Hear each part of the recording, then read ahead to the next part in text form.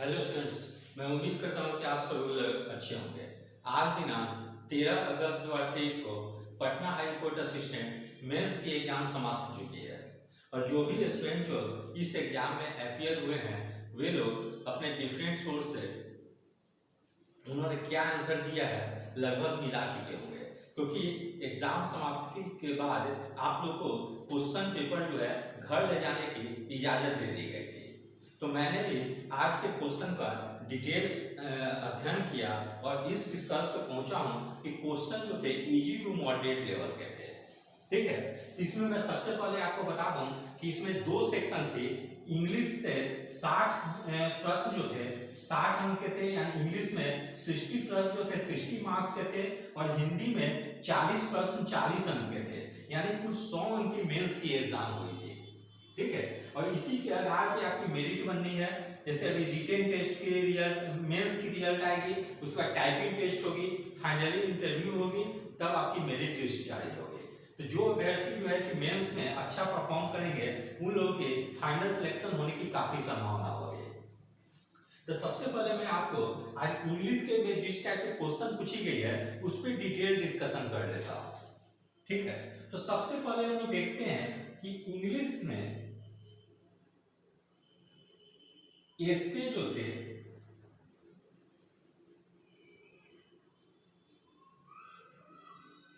ये 300 वर्ड्स में आपको लिखने थे। ठीक है, 300 वर्ड्स में लिखने थे और इसमें ये 10 मार्क्स की थी, यानी 10 अंक की थी और 3 चॉइस आप लोग को दी गई थी। ठीक है, यानी 3 एस्से दी गई थी, उसमें से कोई एक लिखने थी। ठीक है, तो मैं यहाँ पे तीनों टॉपिक भी लिख दे रहा हूँ कि जो लोग एग्जाम में अपियर नहीं हुए हैं उन लोगों को भी पता चल सके कि किस टाइप के। पहला जो प्रश्न जो पूछी गई थी वो पूछी गई थी आपके क्लाइमेट चेंज से आई थी। ठीक है, क्लाइमेट चेंज इस टाइप के प्रश्न जो थे कि इसके पहले जो Patna high court assistant mains की एग्जाम हुई थी उस पे भी थी ग्लोबल एनवायरनमेंट, ग्लोबल वार्मिंग या कुछ इस टाइप से क्वेश्चन पूछी गई थी, यानी एनवायरनमेंट से एक क्वेश्चन पूछे जाने की काफी संभावना थी। फिर दूसरे नंबर पे आई थी डिजिटल इंडिया। ठीक है, इसके पहले जो एग्जाम हुई थी उसमें मेक इन इंडिया शायद आई थी, इस पर डिजिटल इंडिया पूछ दी गई थी। और तीसरा एस्से जो थी वो थी रोल ऑफ सोशल मीडिया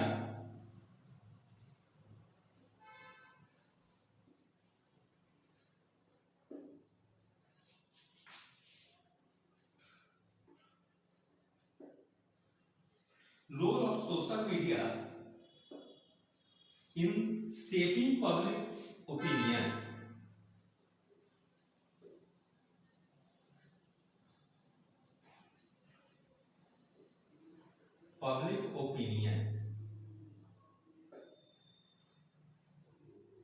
ठीक है, तो ये 3 एस्से आई थी, इसमें से कोई एक लिखनी थी और ये 3 मार्क्स की थी।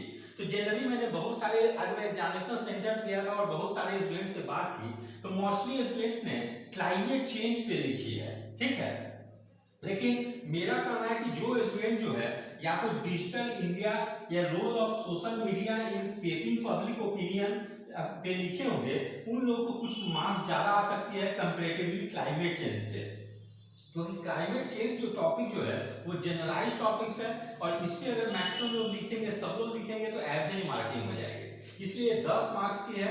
मैं समझता हूँ कि जिन्होंने डिजिटल इंडिया या role of social media in shaping public opinion पे बिल्कुल टू द पॉइंट लिखा होगा उनको 10 में 7 मार्क्स भी आ सकती है।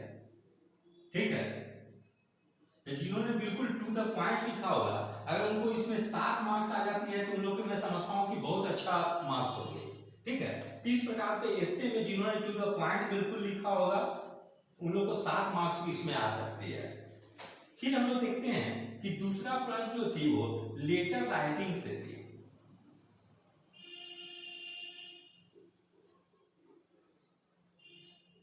लेटर राइटिंग में थे, ये लिखनी थी आपको 150 वर्ड्स में लिखने की आपको। ठीक, अरे चलो बता दो कि एस्से आपको 300 वर्ड्स में लिखनी थी, ये 150 वर्ड्स में लिखनी थी और ये 5 मार्क्स की थी। ठीक है। और इसमें जैसे लेटर क्या लिखनी थी, जैसे एक थी कि आपको मेयर को लेटर लिखनी थी, ठीक है, जिसमें कि आपका लोकल म्यूनिसिपल कॉर्पोरेशन में अगर कोई मान लीजिए कि रोड की या सड़क की दयनीय स्थिति है उसके बारे में लेकर एक लेटर लिखनी थी। तो इस टाइप के प्रश्न जो थे कि इसके पहले भी जो हाई कोर्ट असिस्टेंट की एग्जाम हुई थी उसमें पूछी गई थी, ठीक है। तो लेटर और ऐसे जो थी बिल्कुल पैटर्न पे आई थी, जैसे प्रीवियस ईयर क्वेश्चन में पूछी गई थी इसके पहले जो एग्जाम हुई थी। फिर दूसरा लेटर था कि आप अपने पड़ोसी को एक लेटर लिखिए जिसमें कि आपके द्वारा हाल में जो पार्टी की गई है उससे पड़ोसी को जो असुविधा हुई है उसकी माफी मांगते हुए आपको एक लेटर लिखनी थी।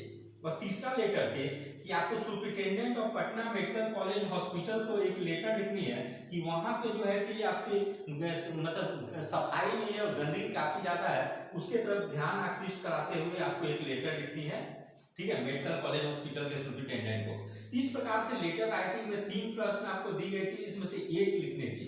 तो जिन्होंने अच्छा से फॉर्मेट बना के लिखा होगा मैं समझता हूं कि उनको 5 मार्क्स में से 3 मार्क्स आपको आ सकती थी, ठीक है, 3 मार्क्स भी आ सकती है अगर आपने टू द पॉइंट लिखा तो। फिर हम लोग देखते हैं प्रेसी राइटिंग।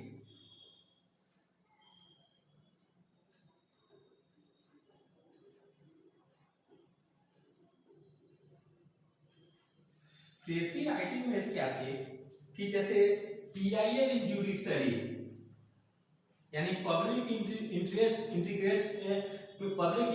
लिटिगेशन पे पीआईएल इन जुडिशियरी पे आपको एक डिटेल एक मतलब आर्टिकल दी गई थी, उसको आपको मतलब है कि प्रेसिस लिखनी थी यानी उनको संक्षिप्त करके आपको लिखनी थी और एक टाइटल दे रही थी, ठीक है। तो इस पे आपको जो थी कि ये जो थी 13 मार्क्स की थी,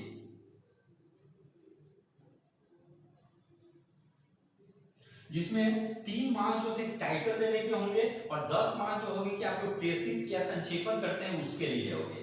तो जिन्होंने टू द पॉइंट अच्छे से किया होगा मैं समझता हूं कि इसमें टाइटल जिनकी अच्छी अगर वो देंगे तो 3 मार्क्स उनको यहां से आ जाएंगे टाइटल से, और 10 मार्क्स की जो होगी वो उसमें अगर आपको 6 नंबर भी अगर आ जाती है तो मैं समझता हूं कि यहां से 9 मार्क्स आपको आ जाएंगे, ठीक है, अगर टू द पॉइंट आपने अच्छे से समझ के उसको समराइज करके लिखा तो। फिर हम लोग देखते हैं उसके बाद जो देखिए ये जो प्रेसिस पे जो आर्टिकल दी गई थी उस पे आधारित क्वेश्चन भी पूछी गई थी। इस पे जो थे 3-3 मार्क्स के कुल 12 प्रश्न दिए गए थे, ये बिल्कुल टू द पॉइंट थे और इसमें काफी ज्यादा ये स्कोरिंग थी, ठीक है।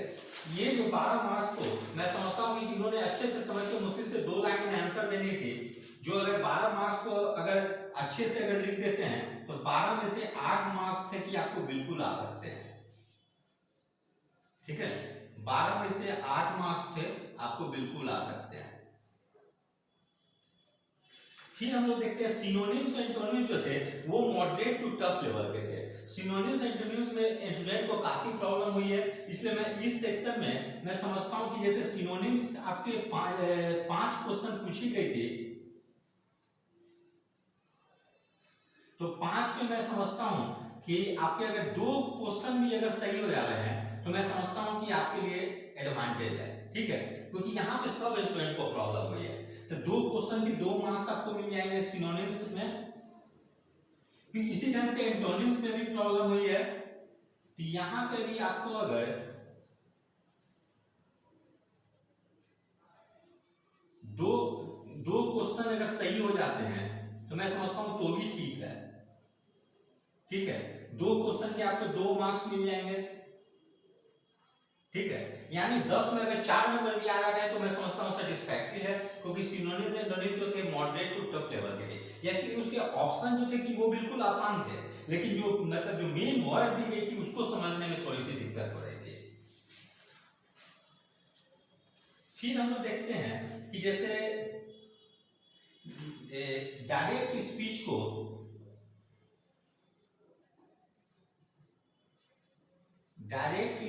अगले क्वेश्चन में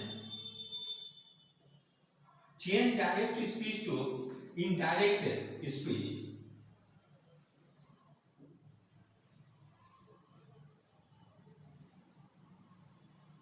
ठीक है, ये थी आपके 2 मार्क्स के थे।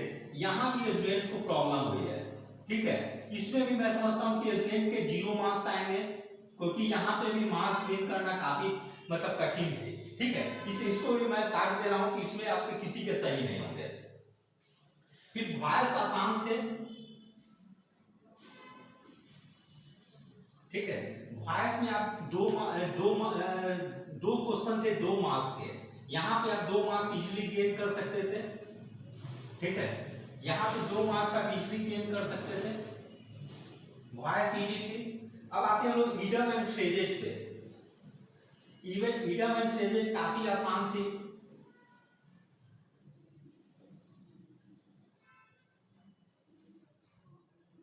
इडियम एंड फ्रेजेस जो थे काफी आसान थे, और 6 क्वेश्चन जो थे ये 6 मार्क्स के थे, ठीक है।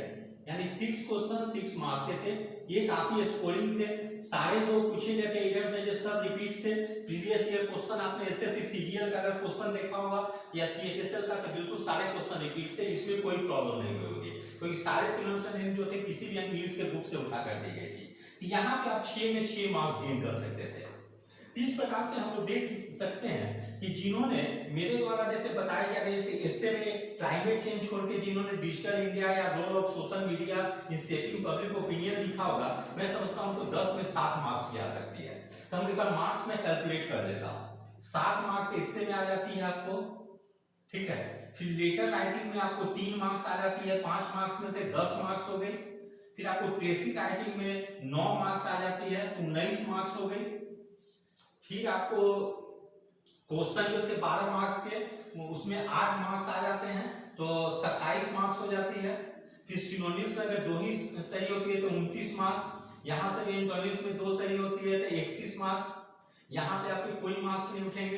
वॉइस जो हो गई, अगर 2 मार्क्स आ जाते हैं तो 33 मार्क्स, और यहाँ पे अगर 6 मार्क्स 6 एंटोनिम सही हो जाते हैं तो आपके यानी 39 मार्क्स जो थे आप यहाँ पे इंग्लिश में गेन कर सकते थे, ठीक है। इंग्लिश में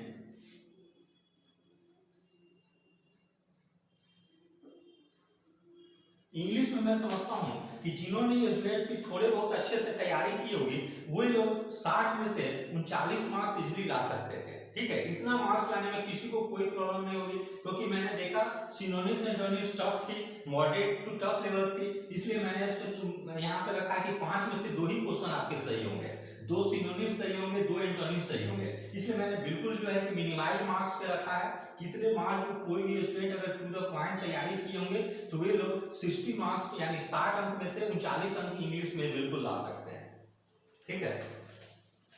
अब हम लोग आते हैं हिंदी के आते हैं।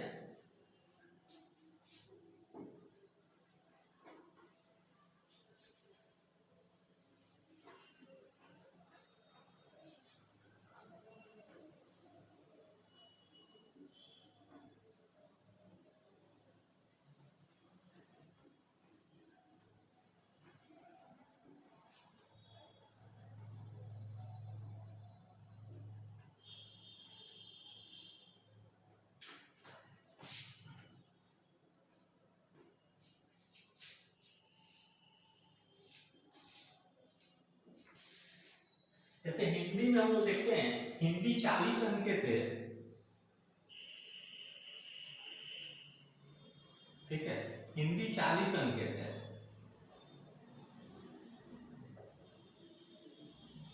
हिंदी में क्या पूछी गई, जैसे सबसे पहला क्वेश्चन निबंध थी,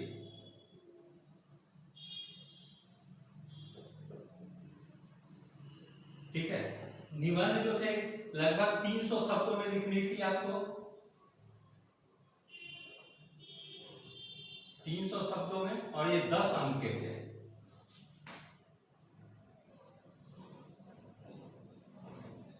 ठीक है। ये 10 अंक के थे।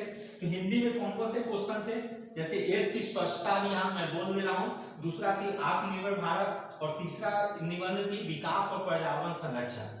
तो जिन्होंने इसमें से स्वच्छता अभियान पे भी लिख सकते थे, आत्मनिर्भर भारत पे भी काफी अच्छे से लिख सकते थे। तो जिन्होंने बिल्कुल टू द पॉइंट लिखा होगा, मैं समझता हूँ 10 अंक में से 7 अंक वो इजीली गेन कर सकते थे, ठीक है। जिनकी हैंडराइटिंग अच्छी होगी और बिल्कुल टू द पॉइंट लिखे होंगे, वे 10 में से 7 अंक जो थे इजीली गेन कर सकते थे। फिर इसी तरह से देखते हैं हम लोग संक्षेपण जो थे,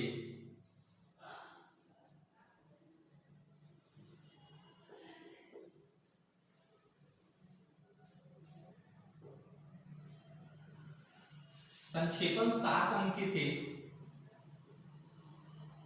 ठीक है। इसमें आप 3 अंक जो थे आप गेन कर सकते थे, ठीक है। फिर थे संक्षेपण पे गद्यांश पे आधारित प्रश्न दी गए थे,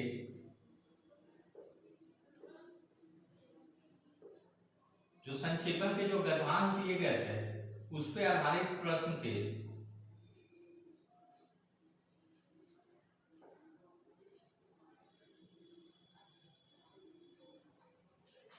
ये प्रश्न कुल 8 अंक के थे, यानी 2-2 अंक के ये 4 प्रश्न थे, ठीक है। तो कुल 8 अंक के थे 4 प्रश्न,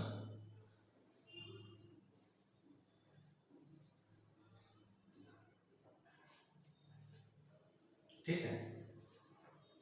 इसमें थे कि बिल्कुल आप टू द पॉइंट लिख सकते थे। इसमें थे कि 8 में से आप जो थे कि 5 अंक जो थे कि आप गेन कर सकते थे।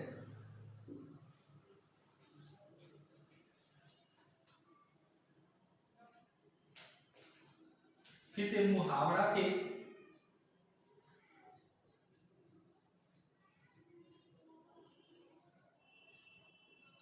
सॉरी यहाँ पे जो था 8 जो 4 प्रश्न जो 8 अंक के थे, इसको बिल्कुल टू द पॉइंट 2 लाइन में लिखनी थी। अगर आपने टू द पॉइंट लिख दिया तो मैं समझता हूँ कि 8 में आपको 8 अंक आ सकते थे, ठीक है। तो यहाँ पे 8 अंक आप इजिली गेन कर सकते थे।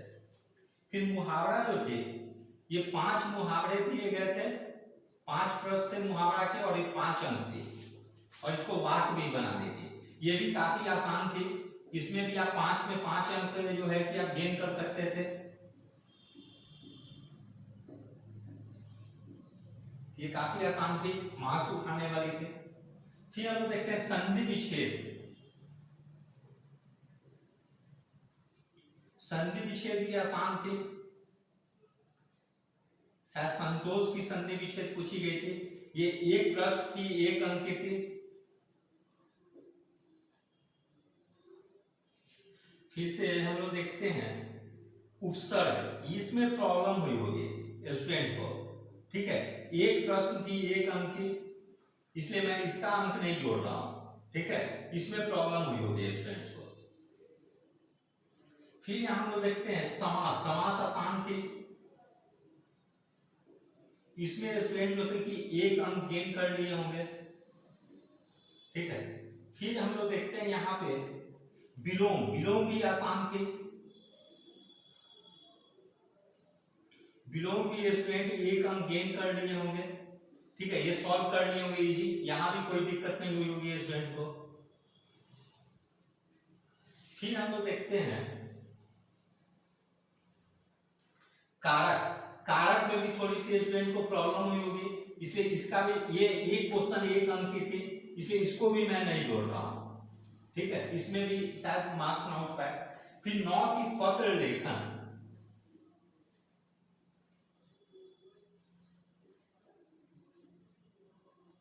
ऐसे जिन लोगों ने कारक और उपसर्ग का अगर सही जवाब दे दिया होगा तो मैं समझता हूं उनके लिए एडवांटेज होगी, लेकिन मोस्टली स्टूडेंट को मैं समझता हूं कि यहाँ प्रॉब्लम आई होगी।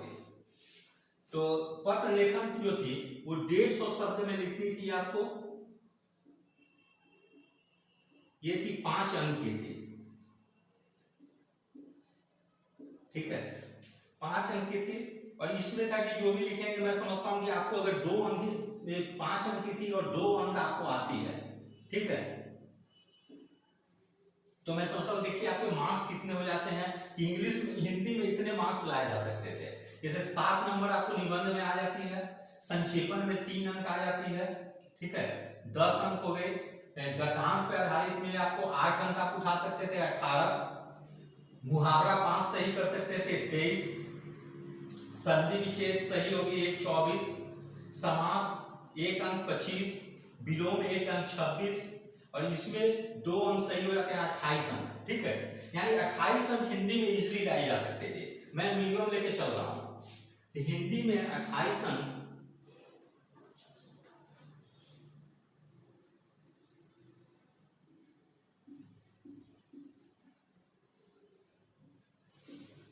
हिंदी में 28 अंक और इंग्लिश में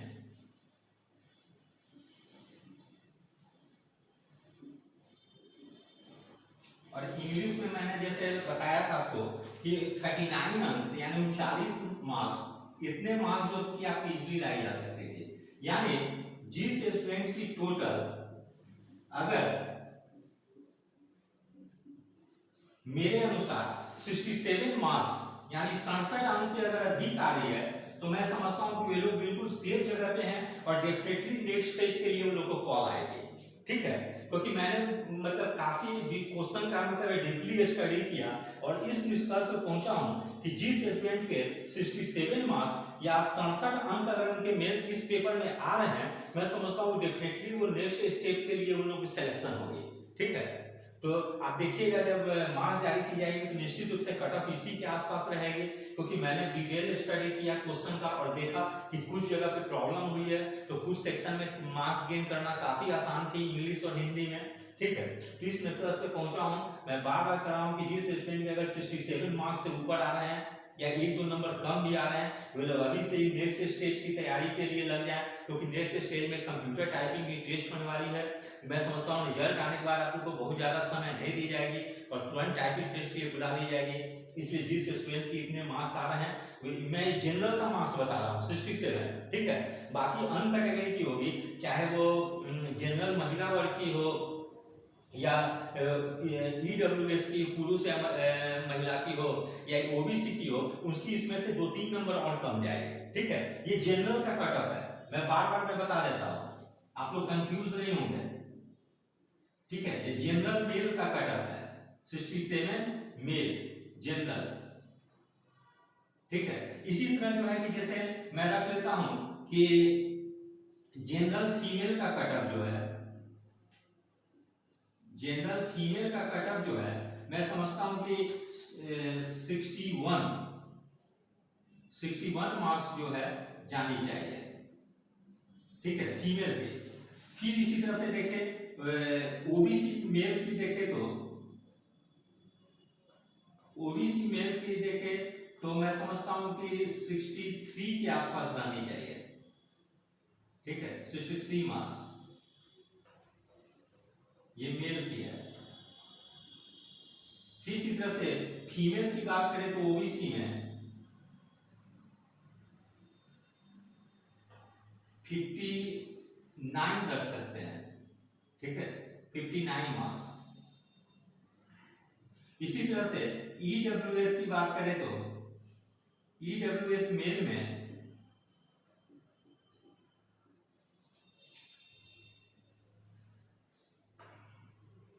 61 रख सकते हैं, 61 मार्क्स रख सकते हैं। ठीक है, अब फीमेल में ईडब्ल्यूएस में 57 मार्क्स रख सकते हैं। ठीक है, इसी तरह से ईबीसी में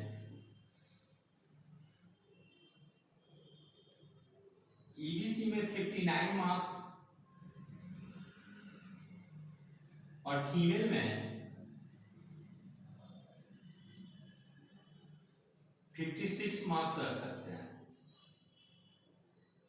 इसी तरह से एससी कैटेगरी में मेल में 55 मार्क्स और फीमेल में 51 मार्क्स रख सकते हैं। इस प्रकार से जो है कि कट ऑफ जो है कि निश्चित रूप से इसी के आसपास रहने की संभावना है।